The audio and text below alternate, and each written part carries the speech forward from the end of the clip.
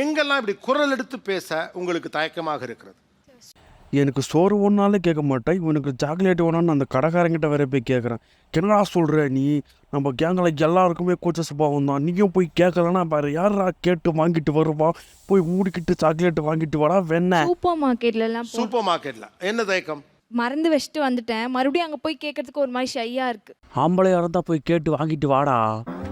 Okay, நான் உன ஆம்பளை மாற்றி இழுக்கிறாங்களே. அக்கா அப்படின்னு ஒரு அண்ணன் சார் எப்படி ஸ்டார்ட்? எப்படி ஓபன் பண்றதுன்னு தெரியல.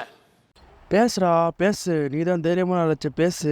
இப்போ ரோட்ல வெளியே தனியா நடந்து போறது பயப்படுறாங்க சார். ரோட கிராஸ் பண்ணவா? ரோடு கிராஸ் பண்ணா ரோடுக்கு சைடு போறதுக்கு பயப்படுறாங்க. வண்டியில பார்த்தா பயப்படுறாங்க. தனியா போன சைக்கிள் ஓட்ட தெரியல பயப்படுறாங்க. எல்லாம் நம்ம கோபிநாத் சார் பார்த்துப்பாரு, பேசி கரெக்ட் பண்ணிடுவாரு. நீங்கள் ஒன்றும் வருத்தப்படாதீங்க. பயமா இருந்தாங்க, அம்மா பயம் பிடிச்சிட்டாங்க. அம்மா பயமுறுத்துறாங்களா? போவியா வெளில போவியாடா? உனக்கு எத்தனை தடவை சொன்னாலும் கேட்க மாட்டியாடா? அம்மா இங்கே தான்மா பக்கத்து ரோடு வரைக்கும் போயிட்டு வந்தம்மா, கடத்திக்கிட்டு போயிடுவானுங்களா, என்னடா சொல்கிறது உனக்கு? நான் ட்ரை பண்ணா கூட இரு போதும், கொஞ்ச நேரம் மூச்சு வாங்க போகுது, கொஞ்ச நேரம் மூச்சு வாங்க போது உடனே தண்ணி குடிச்சிடாத, கொஞ்ச நேரம் ரெஸ்ட் எடுத்து குடி, ஹார்ட் அட்டாக் ஏதாவது வந்துட போகுது. அப்ப எப்படி என்னம்மா சம்பந்தமே இல்லாம அறிவில்லாத மாதிரி பேசிட்டு இருக்க? ஆமாண்டா, எனக்கு அறிவு இல்லடா. பேப்பர் எல்லாம் படிக்கிறது இல்லையா? ஒருத்த மொபைல் வெடிச்சு செத்து போயிட்டான்.